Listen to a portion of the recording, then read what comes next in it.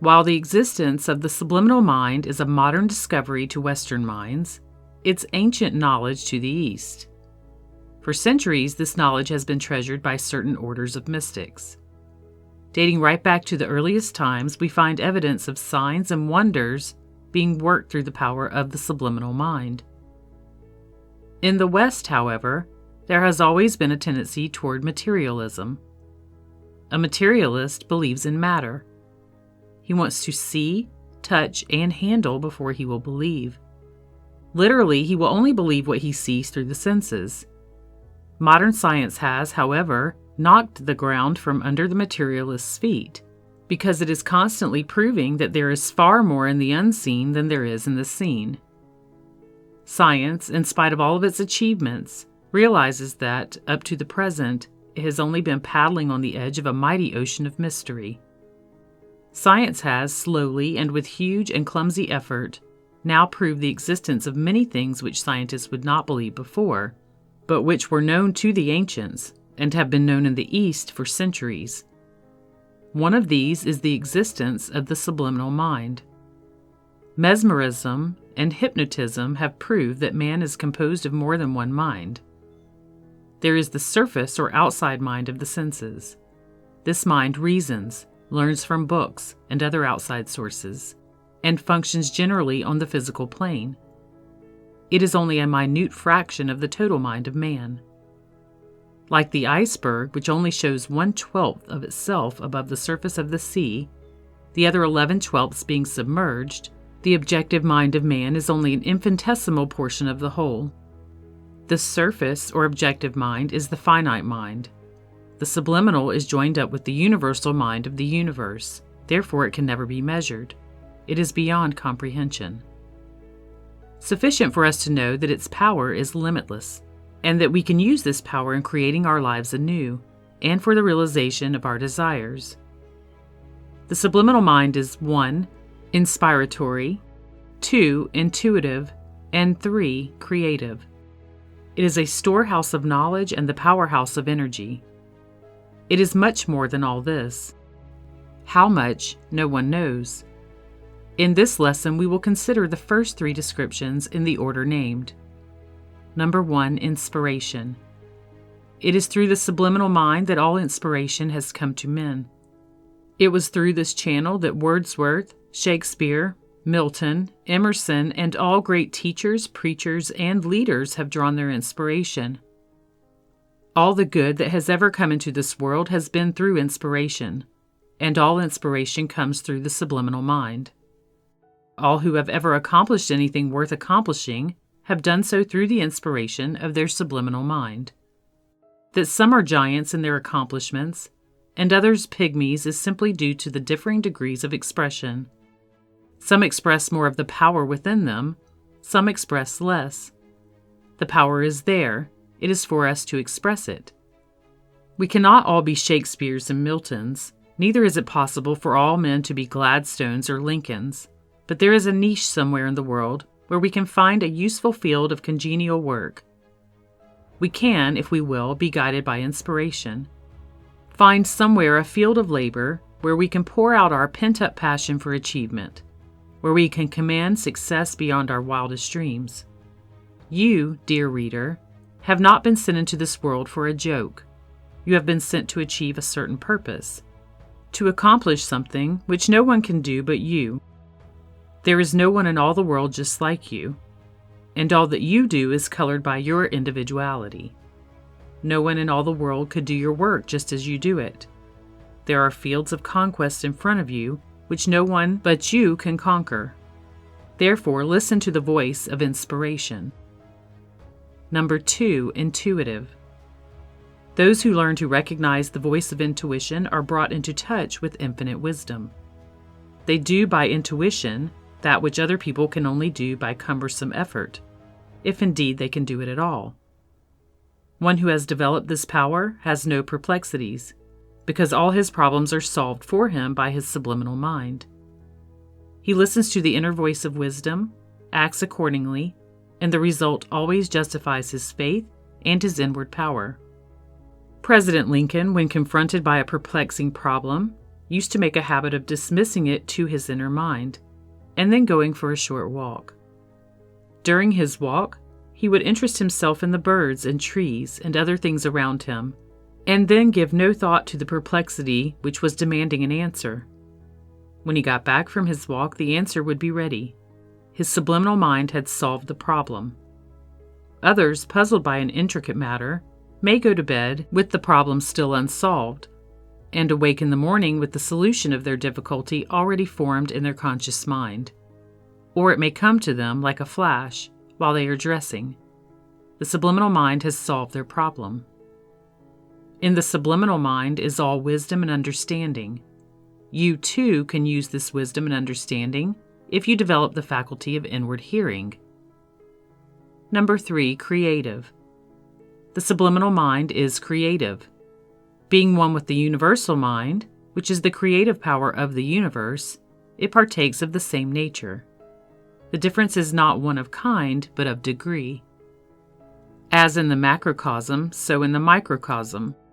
Just as infinite mind is absolute through the whole universe, so is man king of his life, master of his fate, captain of his soul, creator of his life and circumstances. Man cannot create a planet, but he can consciously form an image or picture in his creative mind, a picture of better circumstance, different environment, or definite achievement, and holding that image persistently, compel it to materialize in his life and circumstances.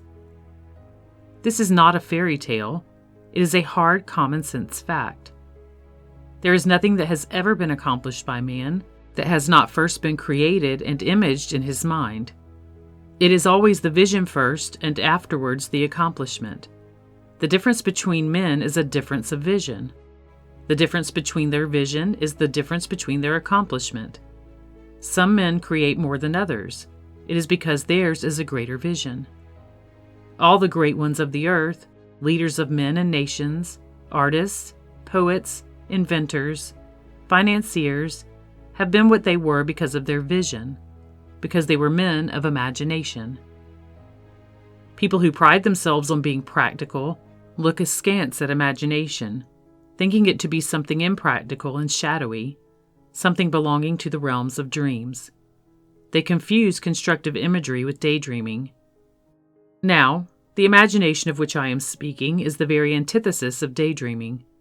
Daydreaming is the aimless frittering away of the mental powers.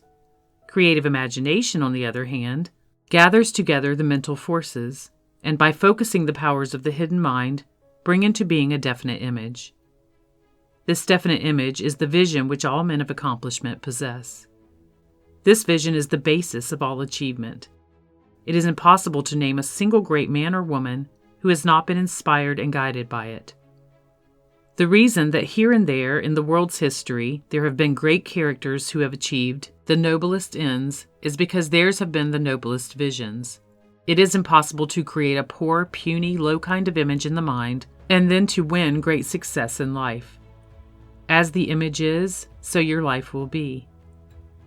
Therefore, if you hold in your mind the vision or mental picture of a great success or noble endeavor, then in your life these things will become manifested. It cannot be otherwise, because what is held in the mind is later manifested in the life.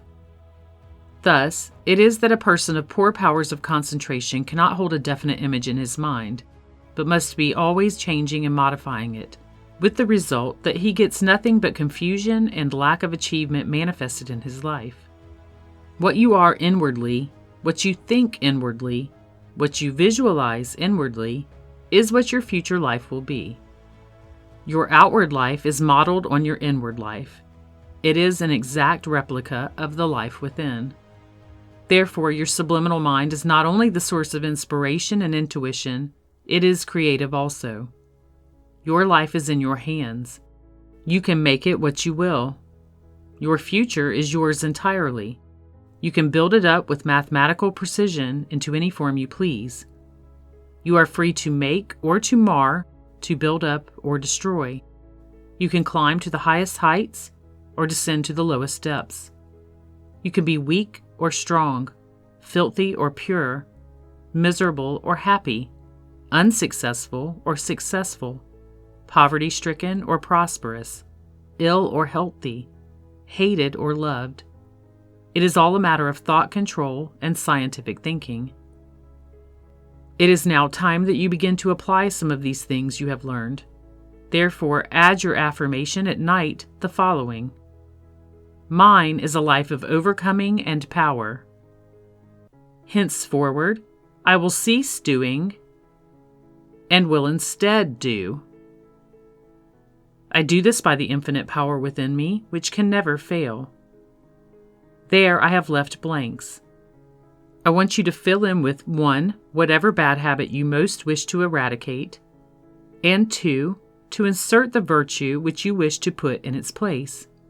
For instance, suppose you have been in the habit of getting up late, swallowing your breakfast hurriedly, and rushing to business, getting all behind with appointments and correspondence, developing indigestion, headache, and peevishness in consequence.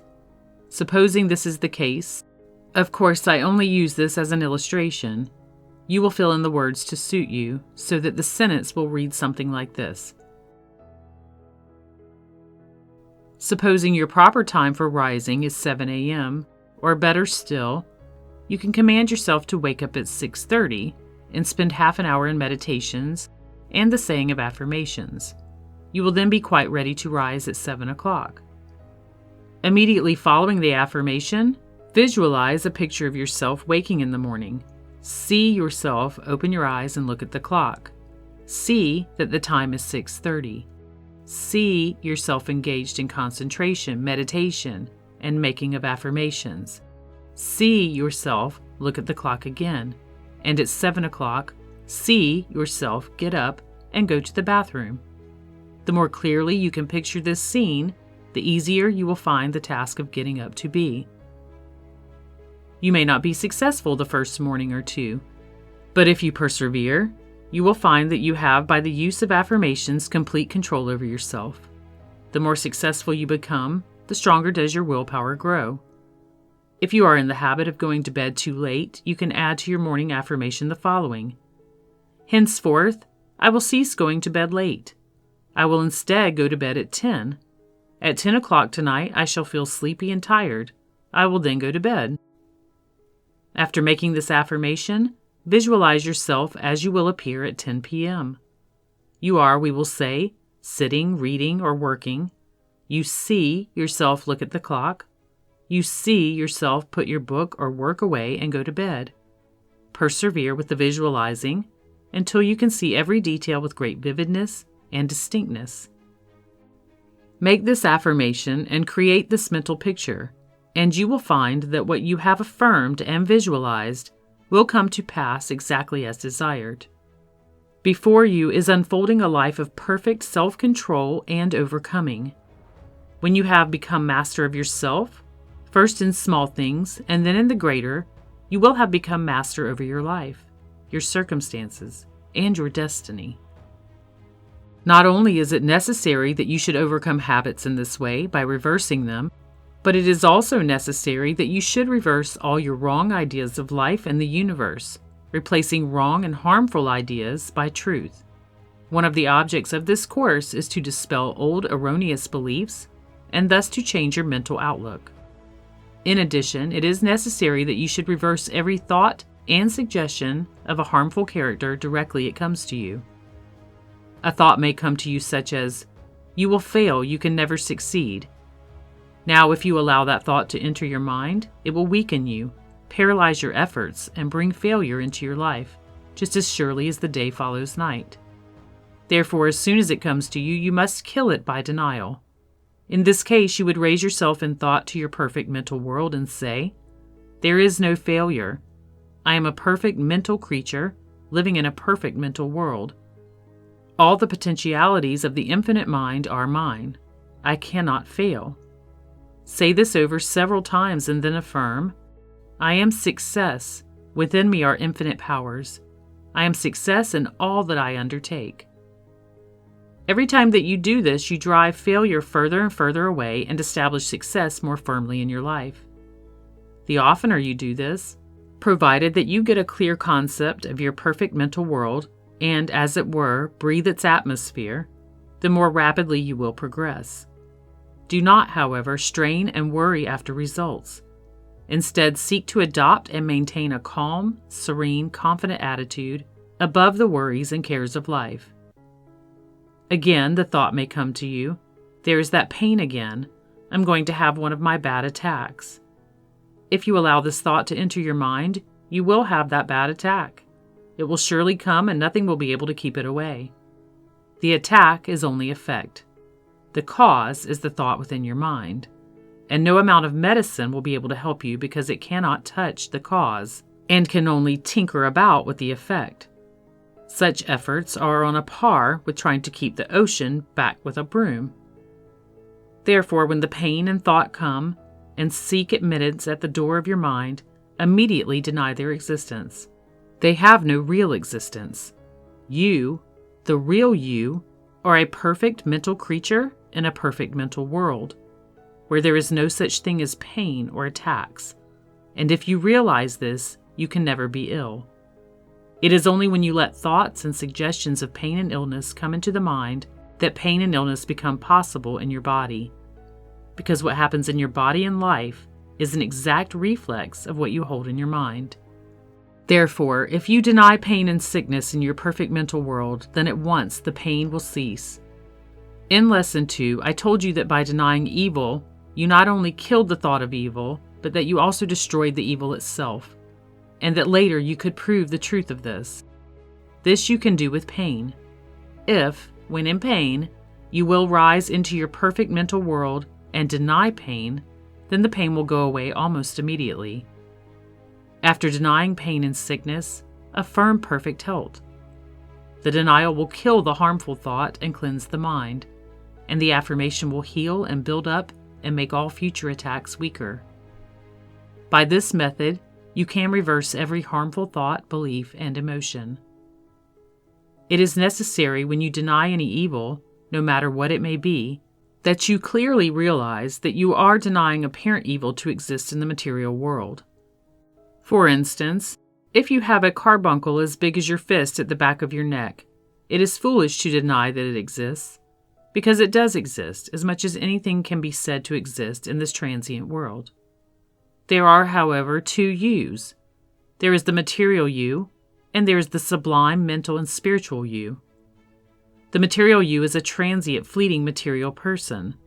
The real you is a glorious mental and spiritual creature, imperishable and eternal. When you, the real you, raise yourself into your perfect world of mind, you leave the imperfect and coarse material body behind. And it is the sublime you, the perfect mental and spiritual you, who, in a perfect world of infinite good, purity, and perfection, deny that there is a carbuncle. You, the sublime you, have no carbuncle. It is only the material you which you have left behind which has a carbuncle. By raising yourself into your perfect world of mind, you transfer your consciousness from the material world to that transcendental world of infinite perfection which our greatest philosophers and thinkers have always realized to exist around us and above us. This is why, as new, raise yourself into your perfect world of mind, your pain disappears like the sound of a band dying away in the distance. It is because you have transferred your consciousness from a material world to a mental or spiritual one. If when you have entered this perfect world of mind, you deny the evil that is troubling you, by this you do not deny that it exists in your material body, but only in your radiant mental body. And if you then meditate upon the infinite perfection, boundless life, perfect good, unsullied purity, and immeasurable power of the infinite mind which rules this perfect mental world, if you will bask, as it were, in the sunshine and happiness of infinite perfection and love of this transcendental world, then you open your life and your physical body to the action of the universal mind, and your material life, circumstances, and body become more like the life of the perfect world of mind, and your body more like your sublime mental body. Thus, if it is a carbuncle that is troubling you, then it will disperse and your body become quite healthy. The clearer your concept of the perfect world is, the more rapid and certain are the results in your life, body, and circumstances. Every time you rise to your perfect mental world and deny evil, every time you realize and bask in the infinite perfections of the ideal world, each time that you do this, evil is destroyed in your life and body, and good is instilled in its place. Therefore, the more you live in your perfect world, the more perfect will your life and circumstances become. Remember, therefore, to always retire into yourself and to rise into your perfect world of mind before making a denial and an affirmation. Meditation. To be pondered over between the hours of 6 a.m. and 9 a.m., and 9 p.m. and 11 p.m., especially just before retiring is recommended. In the past, I have listened to the distracting voices of this imperfect, unsatisfying life of senses. I have been pulled this way and that, by desire, by impulse, by uncontrolled emotions, and have been influenced by the advice of those who have no inward knowledge. Henceforth, I turn a deaf ear to all these voices and listen only to the inward voice, which always speaks with perfect wisdom. No more shall I be perplexed and worried, not knowing which way to turn or what to do.